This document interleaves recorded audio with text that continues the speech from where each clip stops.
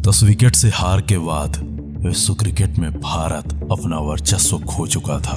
Since 1992, Pakistan cricket fans have been waiting for the day when they could finally celebrate a win over India. First loss for India in a World Cup match against Pakistan, thrashed by the men in green by 10 wickets in what was a completely one-sided encounter. We made a decent total out of our situation, we thought, and we thought we could put them under pressure, but they did not let us come into the game at any stage. Virat द्वारा बनाई गई वो सल्तनत उस दिन रातों रात तबाह हो चुकी थी। पाक के हाथों मिली वो हार एक बार फिर से संपूर्ण भारत के सामने थी। लेकिन लायन, टाइगर, चीता, they are very dangerous, but not in Jurassic Park.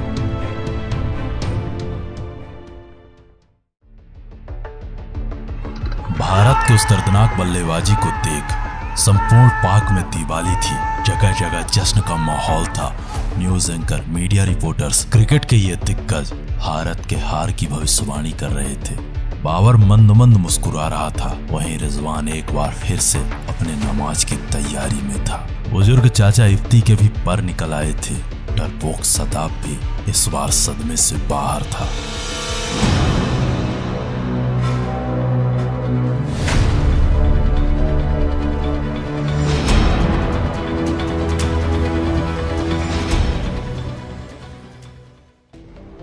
दरअसल ये कहानी है इंडिया पाक 2024 के महामुकाबले की। इस महामुकाबले का इंतजार संपूर्ण विश्व कर रहा था। बाबर ने टॉस जीतकर टीम इंडिया को पहले बल्लेबाजी का मौका दिया। रोहित ने शाहीन के पहले ओवर में अपने छक्के के साथ एक शानदार शुरुआत की, परंतु बारिश और बारिश के बाद पूरे खेल की काया पलट जाती है।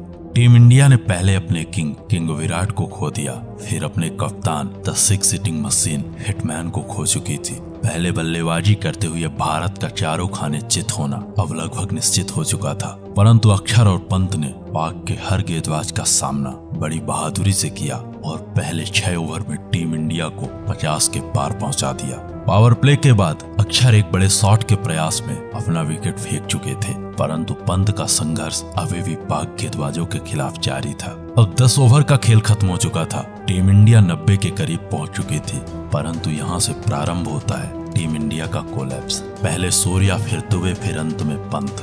देखते ही देखते पूरी टीम इंडिया अब ताश के पत्तों की तरह बिखर चुकी थी। नतीजन टीम इंडिया 19 ओवर में मैच 119 रन बना पाती है। टीम इंडिया की ओर से पंत ने सर्वाधिक 40 रन बनाए, वहीं पाक की ओर से नसीम शाह पाक के सबसे सफल गेंदबाज रहे। ये रहा टीम इंडिया के बल्लेबाजों का स्कोर कार्ड। रोहित, पंत और अक्षर के अलावा कोई भी भारतीय बल्लेबाज दहाई के आंकड़े को पार न कर सका।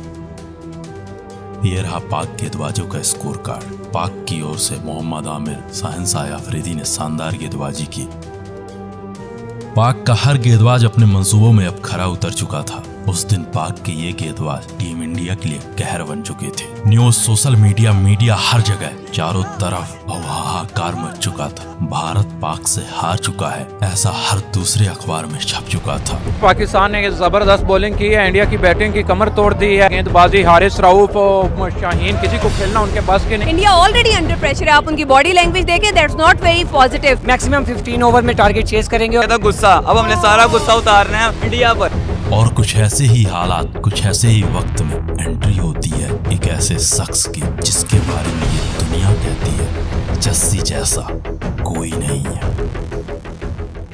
ये मैच जीतने के लिए पाक को अगली 120 गेंदों में 120 रनों की जरूरत थी। अब लगभग सबको विश्वास हो चुका था कि ये मैच 99% भारत हार चुका है। सबके जहन में 2021 की वो रात एक बार फिर से जिंदा हो चुकी थी। मैच प्रारंभ होता है। बाबर और रिजवान मैदान पर उतर चुके थे। हिटमैन ने पहला ओवर फेंकने के लिए अर्शदीप को मैदान पर उतार दिया। अर्श ने अपने पहले ओवर में 9 रन खर्च कर दिए। पारी का दूसरा ओवर फेंकने के लिए हिटमैन ने मोहम्मद सिराज को मैदान पर उतार दिया। हिटमैन की यह कैप्टनसी सबके समझ से परे थी। सबके जहन में सिर्फ एक ही सवाल था कि ब्रह्मास्त्र बुमराह का उपयोग आखिर हिटमैन कब करेगा। अब 2 ओवर का खेल खत्म हो चुका था। पाक के खाते में महज 15 रन थे।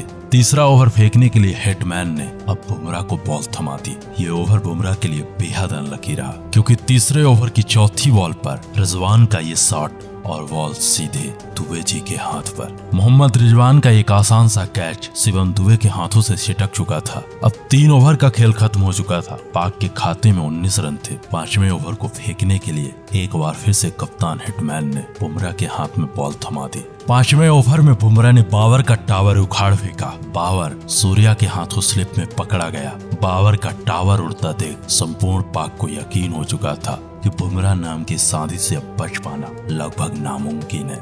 परंतु ऐसे हालात में टुक टुक रिजवान ने अपना संघर्ष जारी रखा। मोहम्मद टुक टुक का ये टुक टुक देखकर उस्मान खान ने भी अपना टुक टुक प्रारंभ कर दिया। पाक के पारी के 6 ओवर खत्म हो चुके थे। पाक के खाते में महज 35 रन थे। ये मैच बचाने के लिए पाक को अगले 14 ओवर में 85 रनों की आवश्यकता थी, परंतु पाक के ये दोनों बल्लेबाज अगले 4 ओवर में महज 22 रन बना पाते हैं और 10 ओवर की समाप्ति तक पाक का स्कोर महज 57 रन था। अब यहाँ से ये मैच जीतने के लिए पाक को अगले 63 रनों की आवश्यकता थी, परंतु हिटमैन का एक दाव और उस दाव में उस्मान खान चारों खाने चित हो गए। दरअसल 11वें ओवर की पहली बॉल उस्मान खान के पैड पर जा लगी। अंपायर का डिसीजन नॉट आउट, फिर कप्तान का रिव्यू और उस रिव्यू के बाद ये मैच पूरी तरह पलट चुका था। उस्मान के बाद फकर जमान ने आते ही कुछ बड़े शॉट्स लगाए, परंतु हार्दिक के स्पॉन्सर के सामने फकर जवान की ये कहानी अब खत्म हो चुकी थी।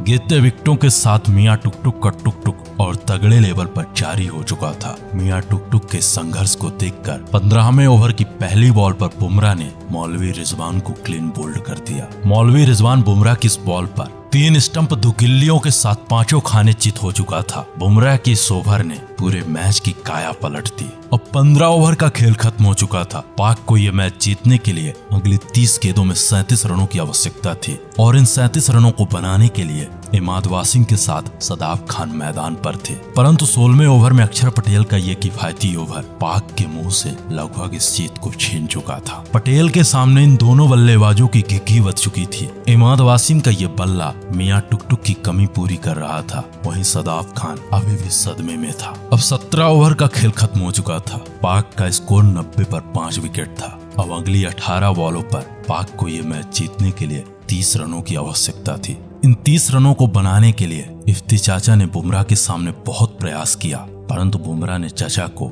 एक लाइन कही, चाचा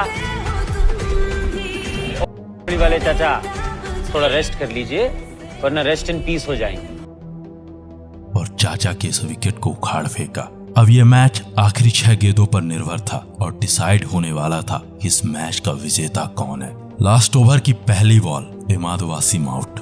अगली बॉल नासिम शाह का 1 रन। 20वें ओवर की तीसरी बॉल शाहीन शाह का 1 रन। चौथी और 5वीं बॉल पर नासिम शाह ने बैक टू बैक 2 चौके लगाए, लेकिन तब तक ये जीत टीम इंडिया के कब्जे में आ चुकी थी। 120 गेंदों में 120 रनों का ये टारगेट पाक के लिए एक माउंट एवरेस्ट बन चुका था। पाक के ये नंबर 1 बल्लेबाज टीम इंडिया के धाकड़ गेंदबाजों के सामने 120 गेंदों में 120 रन न बना सके। मिड इनिंग के दौरान इंडियन बल्लेबाजों को ट्रोल कर रहे पाक के ये एंकर्स इस पारी के बाद अपने टीम पर रंडी रोना चालू कर चुके थे।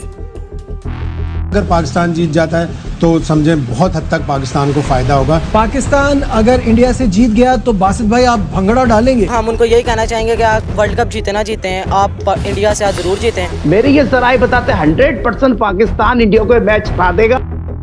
जरा आंखें नम हुई, रोना भी आया, और मेरे ख्याल में कल होने वाली हार हमारी सबसे बुरी हार थी। दुनिया भर के सामने बेइज्जती हुई है। Indian fans were literally laughing. मैं माफी चाहता हूं, माफ कर दो। आज के बाद मैं पाकिस्तान और इंडिया का मैच होगा, मैं कभी भी पाकिस्तान टीम को सपोर्ट नहीं करूंगा भाई। बाबर आजम अपने कमरे से बाहर नहीं निकले, उनके वालिद साहब कह रहे हैं, और हमारे खिलाड़ी जो है वो खाना नहीं खा रहे। क्या कहूँ मैं, कहाँ तक सुनोगे, कहाँ तक सुनाऊं, हजारों शिकवे हैं, क्या क्या बताऊं।